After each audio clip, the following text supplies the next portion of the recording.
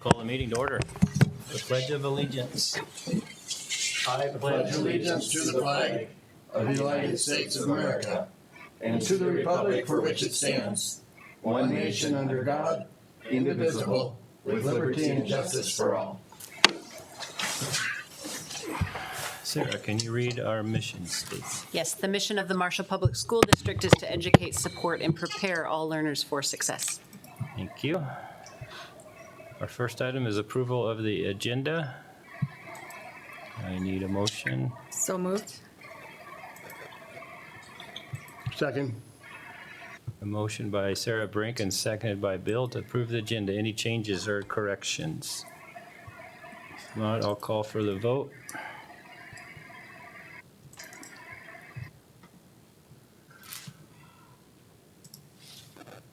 And it is approved. Tiger Spotlight. Jeremy. I'll do these tonight. I want to first recognize Gail Chandler. Gail, if you can come up front, I recognize you as the Teacher of the Year this year. So each year, the MEA selects a Teacher of the Year and a Friend of Education. We're here to recognize them this afternoon. So Gail was selected. Gail is a SEL or a counselor at Parkside Elementary. I got your title wrong too.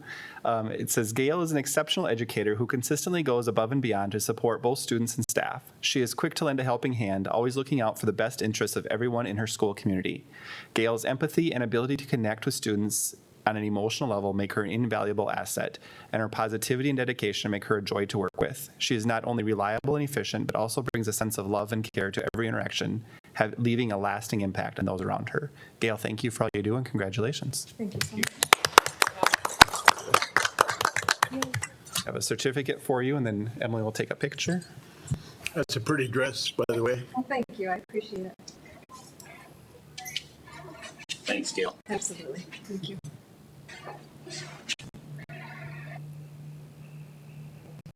Thank you. Thank you, Gail. And the other recognition this afternoon is for Laura Fennell, and Laura was unable to be with us this afternoon.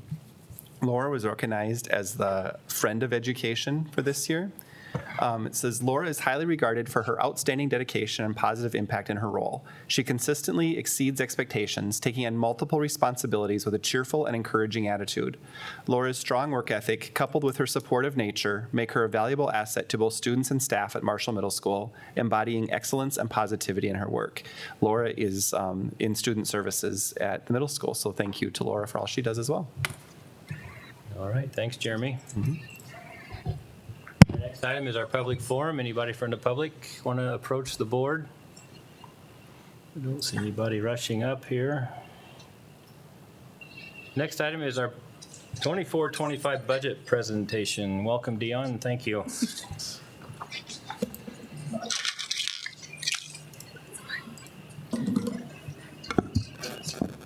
All right, so this presentation will look somewhat the same with new numbers and additional information. There's a lot of slides, but there's a lot of important information. Message is really the same as it's been in the last 3 years. If you look through the slides, with no operating referendum since 2018 and COVID funds being depleted after this year on June 30th, a plan and some sense of urgency is really needed. I would encourage board members that are not in attendance to watch this meeting so they're in the same loop as everybody else. So we'll get to the presentation. If you have any questions, please let me know.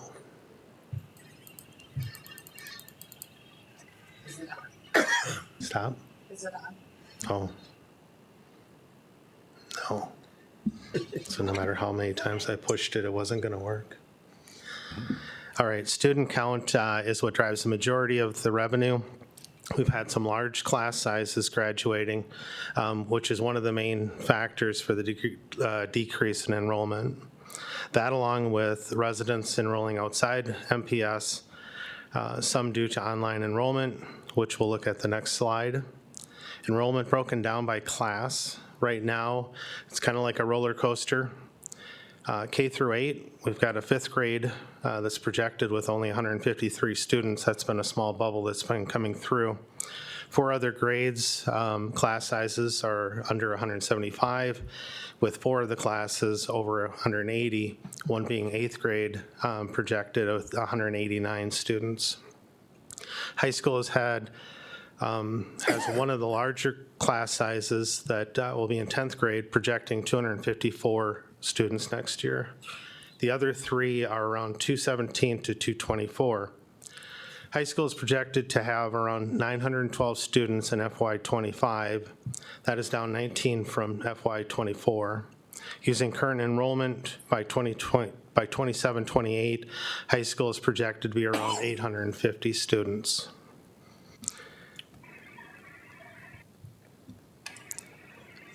For open enrollment in 23-24, there were 256 open enrolled into Marshall Public Schools from different districts, from other districts, compared to 298 MPS resident students that open enrolled into other districts. That's a negative difference of 33. Please note that 55 of these students open enrolled in another district were online, 44 at the high school level.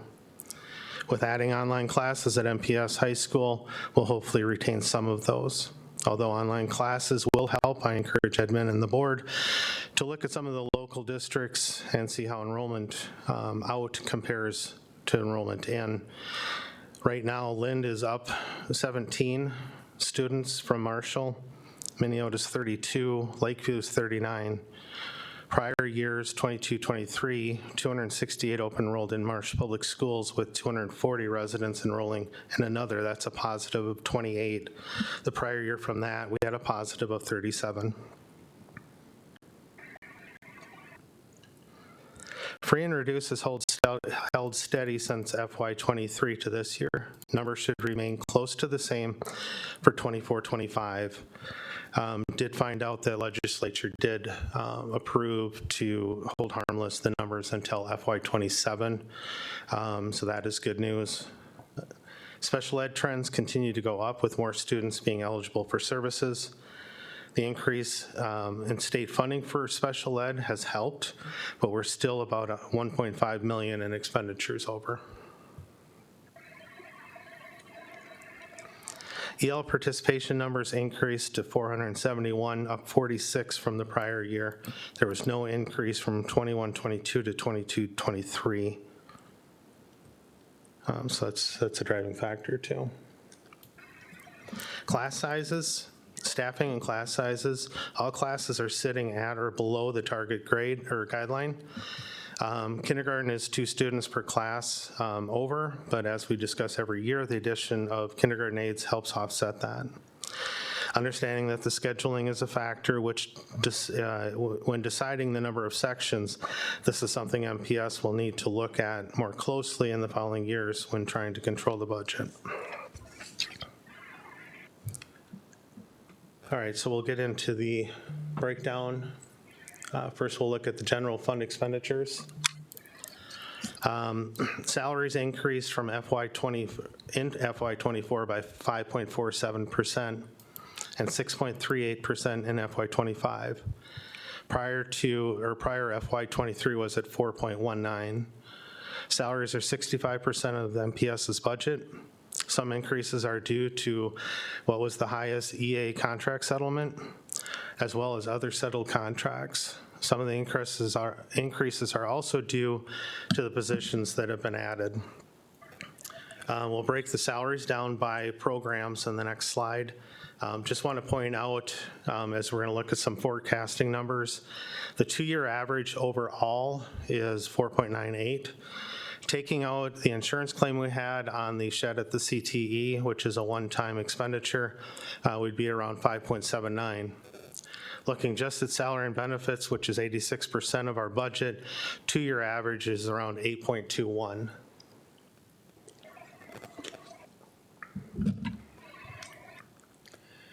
Breaking it down by salaries by program area, administration increase in 24 was 5.88, and in FY25 was 9.58. This is again due to contract settlement increases, as well as adding some admin assistant positions. District services increased in FY '24 by 2.55%. In FY '25, it's projected increase 19.51%. Over half of that FY '25 increase in that category is due to hiring 2 positions to replace the current position I'm in. Teachers and classroom support increase for both FY '24 and '25 were 4.9%. This is up from 3.9% in FY '23. Co-curricular and activities took a big jump in FY '25 due to the contract settlement and coach pay increase in that contract. Special ed and site and building are both showing an increase. This is really due to hoping that all the positions will be filled in FY '25. Breakdown of benefits in the different areas, because there was a large increase. Health insurance increase is due to the increased contract settlements on the district contribution. Example, admin health insurance is paid at 100%, so 13% in premium. The district contribution obviously increases 13%. EA's previous contract was 300 single, 600 family for district contribution. The current contract increased 400 single and 1,000 family. The other part I wanted to point out is under unemployment. Unemployment increases due to legislature approving the non-certified to be approved for summer unemployment. The district does receive about 90% reimbursement at this time. The state has funds set aside for the summer unemployment, but once those funds are depleted, unless something else passes, that would be passed on to the district's responsibility. And then actually some of the numbers, FY '24 it was 177,000, FY '25 is projected 190,000.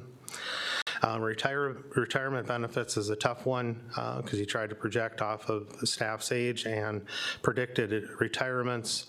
FY '24 was over budget as some of the expected retirements didn't happen, so some of the funds will be budgeted then carried over to FY '25. Purchased services is technically right in line. As I had mentioned before, we had the insurance claim. It was around $622,000 in FY '24 for the shed in the CTI site.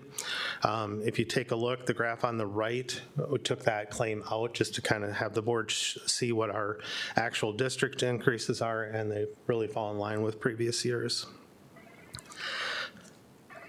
Supplies and material, kind of the same.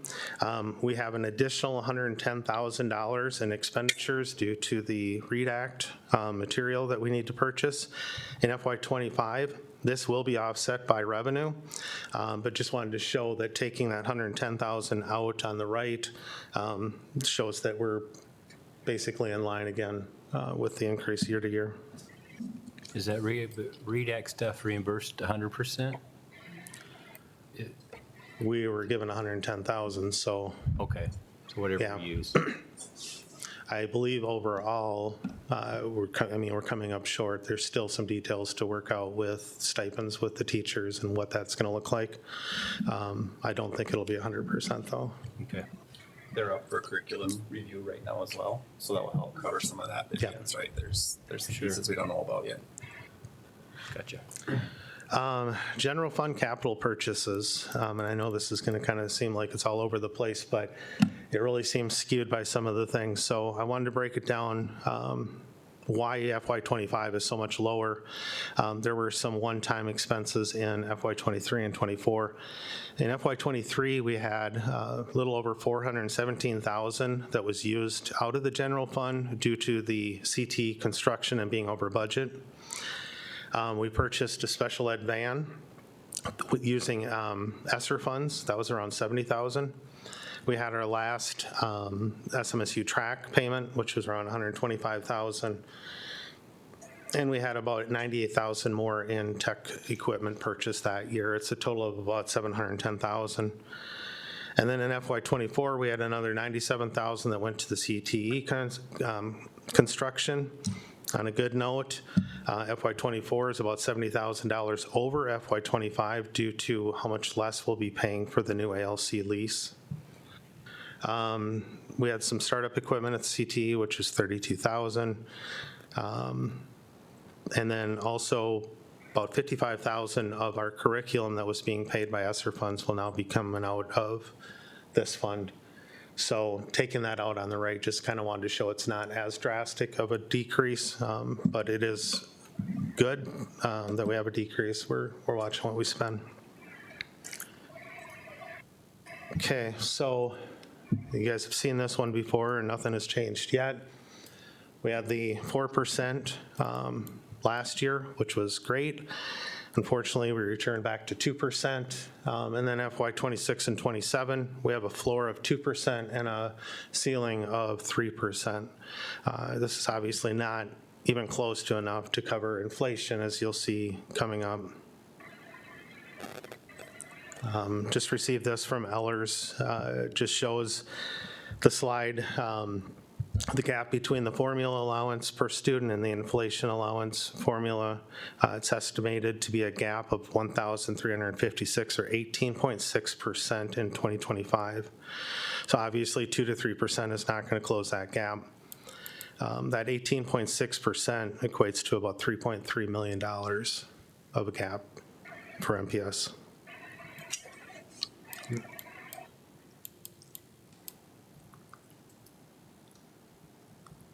I shut it off and on. Did I hit my time limit?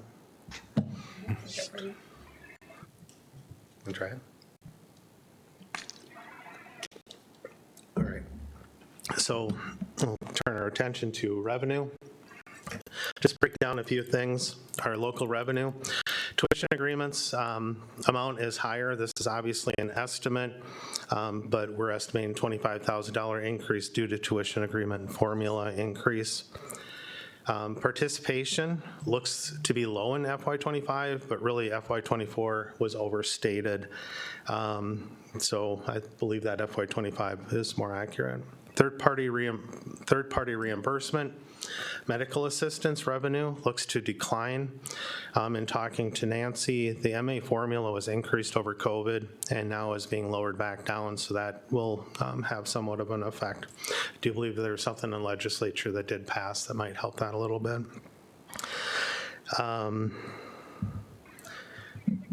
Interest is up with us being a little more aggressive with our investments and the interest rates out there. Insurance recovery is down due to the insurance claim being wrapped up in FY24. And then miscellaneous is kind of a moving target also. That's Pride in the Tiger Foundation, PBIS boosters. So it offsets with the expense. So that's going to be up and down. Our state revenue, general aid, basic compensatory are showing an increase due to the formula increase of 2%. The literacy aid is up again to offset some of that REDAC curriculum. Special ed, we are anticipating an increase around 200,000. Again, that is great, but with the increase of our expenses, we'll still be at probably that $1.5 million gap. And then I discussed earlier, the unemployment aid is out there, and that's approximately about 90% of the expenditures.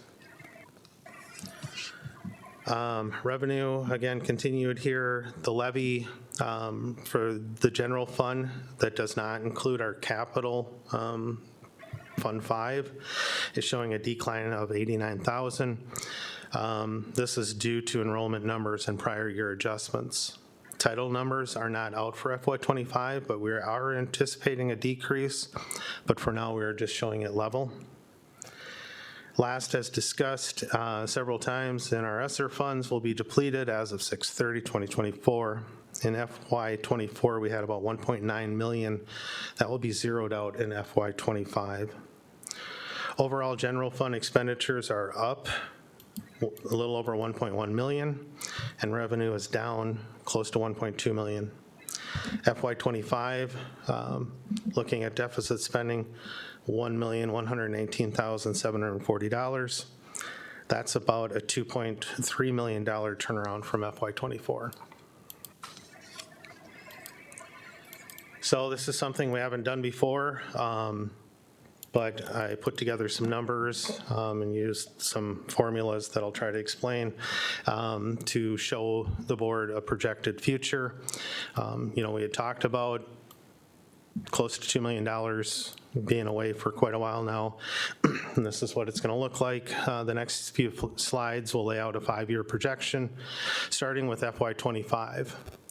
I was probably a little too conservative on the numbers, but didn't want to cause too much panic, so please keep that in mind.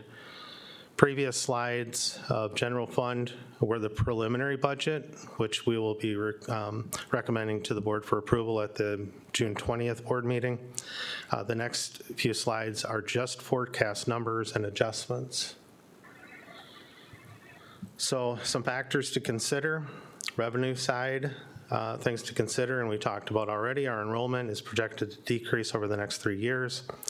Revenue is mainly calculated by enrollment. 80% of our funding comes from the state, which we are only receiving 2% in FY26, and then as stated, a cap of 3% the next 2 years. Inflationary costs of goods as well as contract settlements are growing higher than the increase of the education formula. So some of the factors that put into this forecast is on the expenditure side. Over the last 2 years, general ed fund expenditures were at least 4.98%. Talked about that in the previous slide. Salary and benefits, which is 86% of our budget, was around 8.21. I used 5% increase for each year, again, which is probably too low, but it'll give you an idea. The other thing I wanted to factor in is I looked at the last 5 years of where we were from budget to audit difference. This shows that MPS was off. The general fund, when it's audit to budget, last 5 years average was around $241,000, about 0.69%. Taking out that negative in 1920, just to try and get another number, because 241 I think was too low. I used the 4-year average, which was a little under 400,000, but in the forecast I'm using a $400,000 adjustment. I'll explain that on the next slide. In the forecast, did not use the projected decline in enrollment. That's something that we could look at. That will take pretty intense, but I think it'll be worth it once that enrollment is solid numbers. And then starting January 1st, the new paid leave tax goes into effect. Right now, employers will split the 0.88% tax with employees. That 0.88% is on salaries, just like any other payroll tax. On the forecast estimate, FY26, I only used a half a year because it's supposed to start January 1st, and then I used full years for 27 through 29. So just before we jump into the next screen, just wanted to go over what I used for the formula.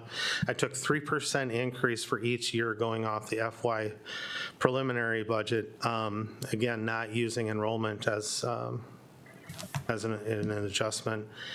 Expenditures, I started out with FY24 and FY25. I deducted $400,000 from the budget for total expenditures. This is a number that we typically have where we did not spend the total amount of our expenditures. Going forward for FY26 through FY29, I took the previous year, deducted the $400,000 increase, and then increased that number by 5% for inflation, and then 26 through 29 added the paid leave tax. I apologize if that sounds confusing. We'll kind of look at it a little more in the next slides. So right now, using that formula, again, probably a little too conservative, by FY27, with no action taken by MPS or an operating referendum or anything, it's projected that MPS's general fund would be at 6.52, which is below the 8% that the board's approved. By FY28, we'd be closing in on SOD, which is statutory operating debt. Again, this shouldn't be shocking, as we've talked about it over the last 3 years. with those funds being depleted and our operating referendum being expired on the 18th. I did lay something like this out during the EA negotiations, showing the decline. So looking at if MPS moves forward with an operating referendum, I just took the 2022 operating referendum that we attempted and failed, unfortunately, back in 2022. I just used those numbers to look at what it would look like going forward. I used, if it was, the operating referendum was the fall of 2025. I'm not suggesting you wait until 2025 because I think the urgency is there for now.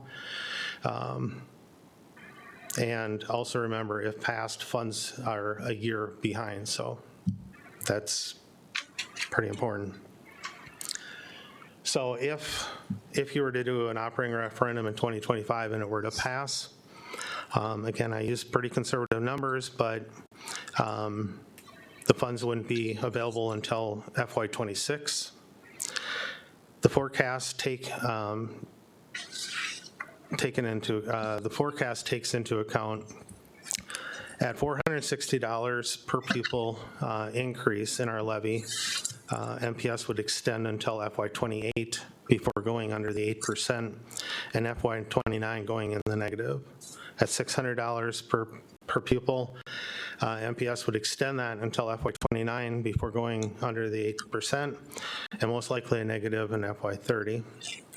At $675 per pupil, which is what we had asked back in 2022, MPS would extend until FY28 before going under the 8%, and then most likely going under a negative on FY20 or in FY30. So the reason I'm kind of pointing this out is even after doing an operating referendum, there's going to be some additional plans that need to be put into place for MPS to be fiscally sound. Dion, did you use 2% from the state each year? I used 3. 3%. Yep. Okay.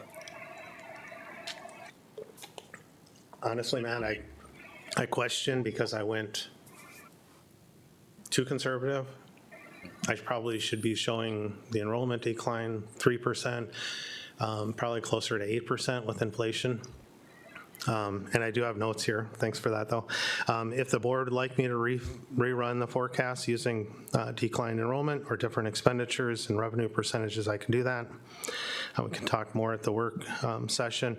Also, if it's after I'm gone, I did look up, and Ehlers does have a budget projection module tool and can help with enrollment and budget forecasting. They're a great company to work with, so I would strongly suggest that, but I wouldn't wait too long either. Okay, any questions on the general fund? Okay. Transportation fund. Transportation expenses will be going up around $49,000. MPS contract with Southwest Coaches expires June 30th, 2025. We were fortunate enough to get a 3-year contract for our general transportation, around 1% increase each year. Transportation revenue is estimated to increase about $51,000. This should offset and keep the transportation fund balance approximately where it's at. Capital budget. Capital outlay funds contains restricted funds for capital purchases and LTFM. For capital funds, some of the curriculum that had been coded to ESSER funds the last 3 years will be coded to capital. Overall, you will see an estimated increase in capital expenditures of around $147,991. Meanwhile, if you look at the capital revenue, unfortunately, that is decreasing about $91,000. This is mainly due to levy adjustments. We'll look more at the next slide so you can see an initial look at what the MPS capital fund balances are looking like. LTFM, on the other hand, with all we've been able to do over the last 6 years, looks to have expenditures down and revenue up. I would caution that when planning both LTFM and capital projects, that you make sure that you're using the correct funds. I just say that because I would definitely use your resources like SWWC or Sarah Miller at MDE, because you don't want to use the wrong funds for these projects. So looking at fund balances for capital and LTFM, on your left, you'll see the capital outlay. With general fund in the situation is the increase in capital spending due to ESSER funds being depleted and revenue taking a dip. MPSs might also need to review and implement a plan on your capital expenditures. Could be a capital referendum or cutting some of the expenditures. With no change, the capital, according to this, would be depleted within 2 years with the spending that's going on. These, again, are estimates. LTFM is very healthy, but considering the projects that are coming up, the $970,000 fund balance isn't huge.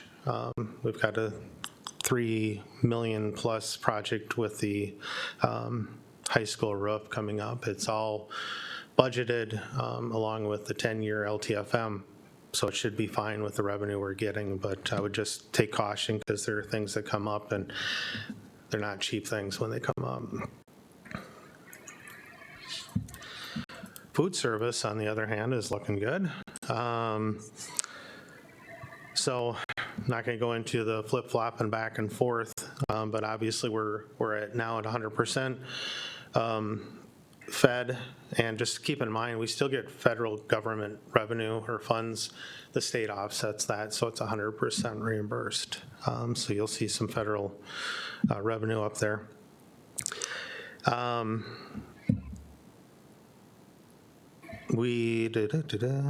Revenue, the two biggest adjustments for revenue was the free and reduced. FY24 looks to be overstated, and then we did receive in 23 and 24 a federal grant. Both were a little over $70,000. We don't think that grant will continue in FY25. Good news is legislature passed where we can now use food service funds for cafeteria tables and chairs. We used to not be able to spend food service on those. It had to be out of our general fund. Just so happens that Parkside needs 8, be around $20,000. I think they might be original tables, so they're definitely in need. So that'll help spend some of that food service excess down. And Shelley and Taher is always looking at equipment to make sure that it needs updating. We do. So overall, we're looking at a deficit spending around $52,000 in food service. I just flashed up graph. We're trying to spend down the excess on what we can. It's taken a little dip in the last 2 years. Community services fund balance has several programs in it. Community services, after school program, adult basic ed, non-public aid that flows through MPS, school readiness, and ECFE. For expenditures, community ed will decrease with the driver's ed program going to the private company. So we did about a half a year on that. Non-public expenditures match, shows it's up, but it matches with the revenue. ECFE increases due to coding part of Tiffany's principal salary and benefits to ECFE. Community services portion of the levy is decreasing $31,000. That again is due to some prior year adjustments. Miscellaneous revenue is the interest. FY24 was not budgeted. I apologize for that. It is budgeted in 25. Driver's ed revenue will decrease again, being it's going to be eventually ran by the private company. ABE has approximately $78,000 in state grants. Last year, we don't budget those grants with the uncertainty that the grants will continue. Overall, Fund 4 is showing a $146,119 deficit in FY25. Did want to break down by fund. Couple of them are okay. Community education and ABE look to be lower. Look to lower their fund balance a little in FY25, but not by much. The ones I would keep an eye on would be ECFE and school readiness that are taking a dip. ECFE projected to decrease around 56,000, bringing their fund balance to 197,221. School readiness is projected to decrease around 76,000, bringing their fund balance to 160,878. With revenue decreasing, and that's a lot to do with our levy, which we don't have a lot of control with. I think a lot has to do with census numbers. But with that, the revenue decreasing, unfortunately, the only other place to put the expenditures would be general fund, and that's a horse piece, right?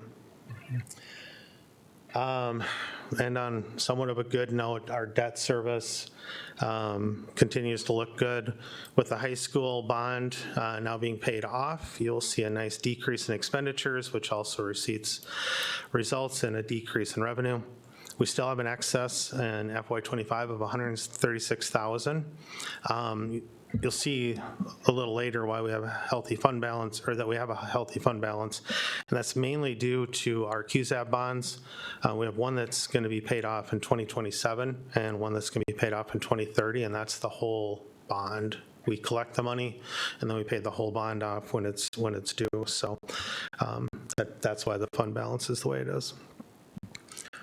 And then again, I think this is good news. This is a graph that was provided by Eller showing MPS's outstanding debt. Top portion shows the 6 bonds that MPS currently has. 2 are the QZAP bonds back in 2015 to do the middle school HVAC system. The 2019B is Southview and the Parkside Edition. 2020A is the Parkside and Middle School IEQ project, and 2020B was for parking lot and sidewalk repairs. 2023A was the additional amount from the Southview bond that the board had approved. The top also shows the outstanding balances and when they're due, and you can see there's a couple of them in the next couple of years that will be paid off. And then the certificate of participation is under that. That's the certificate we took out to pay for the CTE property. But looking at the graph, you can see there's a nice, and you should see this in your levy coming up, there's a nice step down in debt that hopefully the community appreciates. So just a summary. This is just a summary of everything we looked at prior. And then these are where the projected fund balance would end up if the budget is accurate. Any questions? Take it that's your grandson. What's that? Picture is your grandson, I think. Oh, yeah, granddaughter. Granddaughter, sorry. There she is. Cute. She's saying adios. Test, we made it to the end. Thanks, Dion. Thanks, Dan. Thank you, Deanne. And we'll approve that at the next meeting.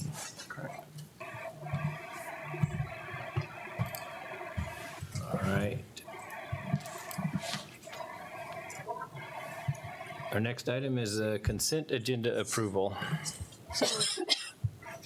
So moved. Sarah moved. You can second it, Bill. Okay, second. Motion by Sarah Runcie and seconded by Bill to approve the consent agenda. I'll call for the vote.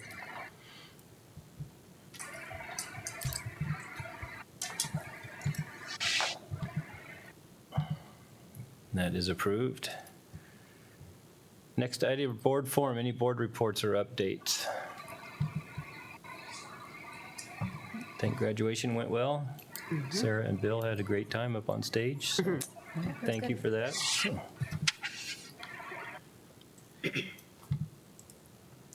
Next item, discussion items. Our second review of policies 506 to 507.5. Any questions on these?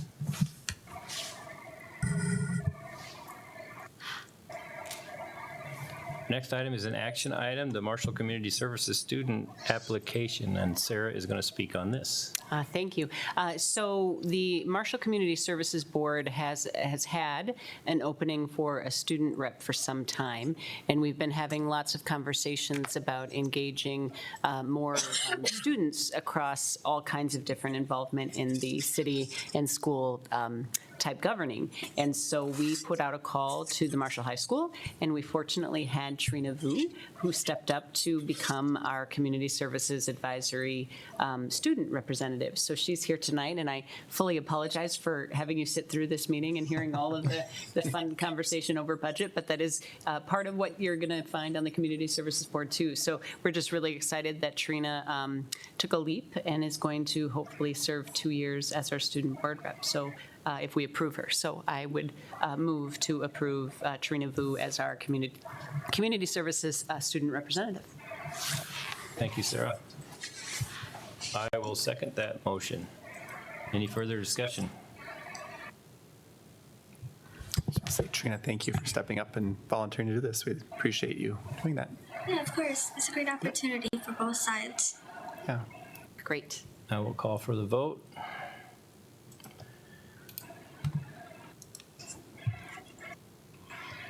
And you're in, Trina. There's no turning back now. Thank you. And you're free to go. Thank you so much. I'll be in touch. Next item is adjournment. This meeting will adjourn down there for our work session. Thanks, everyone.